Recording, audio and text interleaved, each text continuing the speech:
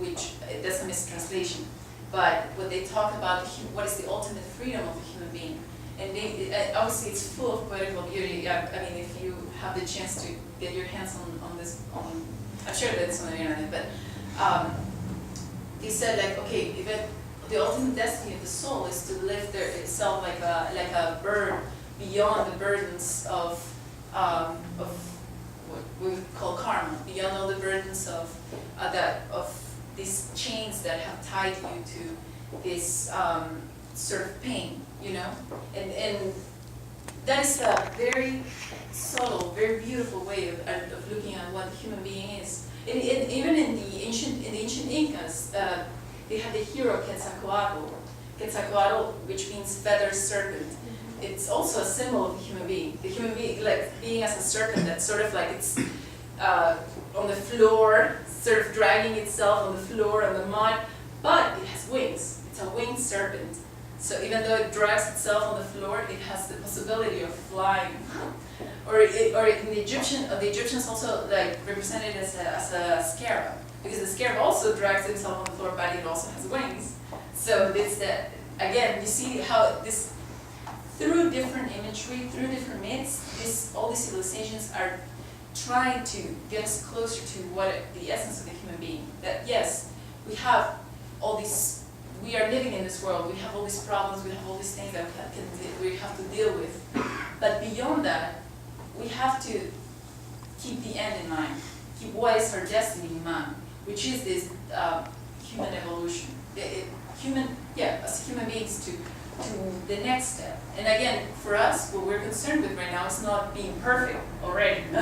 Like, oh, we want to become a Buddha, or no, that's not realistic. We want to obviously apply it. Just concepts are now going to be useful for us. The idea is for us to take a little bit, take the next step, sort of fight against a bad tendency, a bad habit, or just act with intelligence. Just think about it. If we all in the world, everyone was to act like this or try at least, things would be so much different. To me, that is the answer. If we have people trying to awaken their consciousness, we wouldn't even need to have jails or anything. Just people would not be corrupt. It would be like, okay, there is such a thing as karma. And actually, you know what? Something I say over and over again, Socrates says that he believes that the human being is inherently good, that evil is a consequence of the soul falling into matter, and that human beings, and it's ignorance that makes people act that way. Because if they really knew what they were doing, they wouldn't do it. If you really know, you're like, okay, this is wrong. There's such thing as karma. This action is going to cause a reaction, then you wouldn't do it. You're like, wait, no, maybe I'm not going to kill this person. You know what I mean? It's if you really, that's why it's beautiful, the idea of overcoming that lower part in us with intelligence. And it's very important. Every time that you act like that, you're never going to regret it. It is when we act out of instinct that we're always like, I shouldn't have done that, you know? When you act with that intelligence, those are the decisions you never regret. So let's see it through. So, and as another interesting point of freedom is that obviously outer freedom does not depend on our circumstances. Inner freedom is what depends on our circumstances. This was said by a Stoic philosopher, a Roman philosopher named Epictetus, who happened to be a slave. Just imagine. So obviously it was not up to him to be a slave, but what was up to him was how he felt, the sense of that inner freedom, that nobody could enslave that inner soul that he had. So, and the interesting thing is that inner freedom gives the measure of a man. Interesting, the more evolved that a being is, the more that he understands the law of life and adapts to the actions and to the circumstances, and finds ways to evolve and grow. We see it in nature. So it's a mistake to think that freedom is going against the laws. Look at these animals. They work with the law. Animals, they are evolving in that process. Human beings have this reason, this freedom, and that's why it's sort of like a double-edged sword. Like the animals don't think; they just know what they're supposed to do, and they do it. So it's only us that we're like, maybe I'm gonna go against the law, and then boom, suffering. But in a way, it's good because good to have the freedom to know that making the right decisions, and you're working with the law, and you're following the path of law, because that is, obviously, it's a lot easier for them. They don't have the reason, right, yet. I guess in their evolution, that's their next step, but the idea is for us to use that to grow, it's something that only human beings have. The animals don't have it, the plants don't have it. So it's that in what we were saying about Prometheus, the fire that he stole from the gods, that capability of reasoning, that's what he stole. That was the fire of Prometheus. So, by the way, these two birds are from Florida, from the Everglades. So and we have already talked about karma, the law of cause and effect. And obviously, there's so much to karma. I mean, karma deserves a very serious study, because we have different types of karma. You know, every single planes of the human being have a different type of karma. Like physically, we have a karma, right? Like if you eat tons of candy, you'll be sick, right? Physically, that's the reaction that your physical action caused, right? Mentally, if you get self-absorbed in an idea, like you never stop it, and it becomes a vicious idea, that's also generating karma. You're not that thing. I mean, the more it's sort of like you better stop it as soon as you can, because the more that you let it go on and on, the harder it is to get rid of. And we've all, I mean, I don't even need to tell you this. We've all had to deal with circular ideas that we're like, I know, I need to get rid of this bad idea. Or sin. So that gives you a sense of, yes, there is a karma in all the planes of human existence. So, and I have put two pictures here, one of the fates, the Greek fates, and another one of the waiting of the heart, the Egyptian waiting of the heart. It's interesting because this is a hieroglyph that represents the human heart weighted against the feather of justice.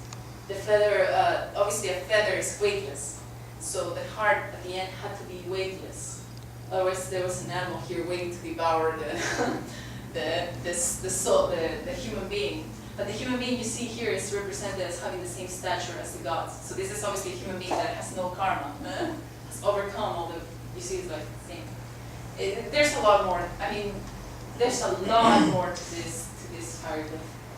So what we have been seeing throughout, throughout our exploration of freedom and destiny, is that they both harmonize each other. Obviously, like I told you, there's relative freedom and there's relative destiny. Obviously, there are means that our consciousness needs to fulfill its purposes, its purpose of development. The soul needs it. So you need to have that. Both experiences, the experience that you have freedom and the experience that there is a destiny. And so it's interesting that because our goal, our ultimate goal is beyond that, beyond time. Obviously, we want the freedom that we've been talking about. If it's a freedom just for the here and now, it would be a very poor freedom, right? We want a freedom that that goes, it's not just for an hour or a day or a year. It's a freedom that is transcendental, that goes beyond death, right? I mean, why not? Let's talk about the spiritual characteristics of freedom, which is what we were talking about the Egyptians, remember? What they were saying, that the soul, they represented the soul like a bird that would take flight above all the pain, above all the suffering, beyond all the sort of like crutches of this world, right? And it's interesting, I do believe that eventually we will overcome, we'll get this transcendent, like everlasting, like transcendental freedom.